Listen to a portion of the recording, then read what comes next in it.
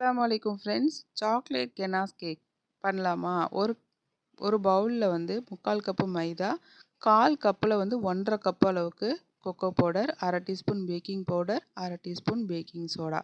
இது நல்லா கட்டி இல்லாமல் சலிச்சு எடுத்துக்கலாம்.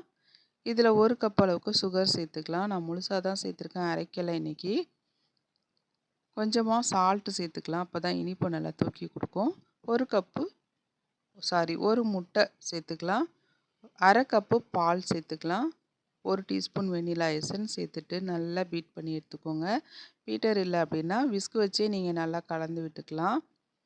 இந்த அளவுக்கு நல்லா கலந்து வந்ததுக்கப்புறம் 1/4 கப்பு சன்ஃப்ளவர் ஆயில் சேர்த்துக்கலாம்.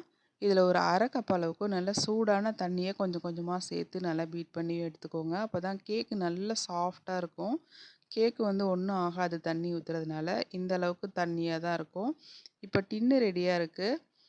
ஒரு 10 நிமிஷம் ஃப்ரீ ஹீட் பண்ணி வச்ச ஓவனில் 180 டிகிரியில் 25 நிமிஷம் வச்சு எடுத்திங்கன்னா சூப்பரான கேக் ரெடி ஆயிடும், சாக்லேட் கேக்கு. இதுக்கு வந்து ஒரு கெனாஸ் ஒன்று ரெடி பண்ணணும். அதுக்கு 100 கிராம் சாக்லேட்டும் 100 கிராம் விப்பிங் க்ரீமும் வேணும்.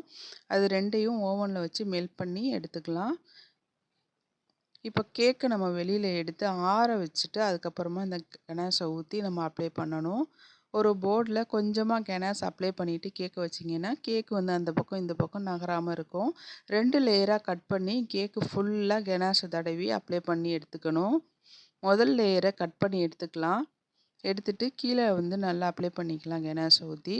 இதை ஒருத்தவங்களுக்கு கிஃப்ட் பண்ண போகிறோம். அதனால் அட்டை போட்டியில் வச்சு இதை நல்லா பேக் பண்ணணும். இப்போ மேலே லேயரையும் வச்சு நல்லா சூப்பராக எல்லா இடமும் படுற மாதிரி கெனாஸ் அப்ளை பண்ணிக்கலாம். இந்த வீடியோ பிடிச்சிருந்தா லைக் பண்ணுங்கள், ஷேர் பண்ணுங்கள், மறக்காமல் சேனலை சப்ஸ்கிரைப் பண்ணுங்கள். உங்கள் ஃப்ரெண்ட்ஸ் அண்ட் ஃபேமிலிக்கு இந்த வீடியோவை ஷேர் பண்ணுங்கள். தேங்க்யூ ஃபார் வாட்சிங்.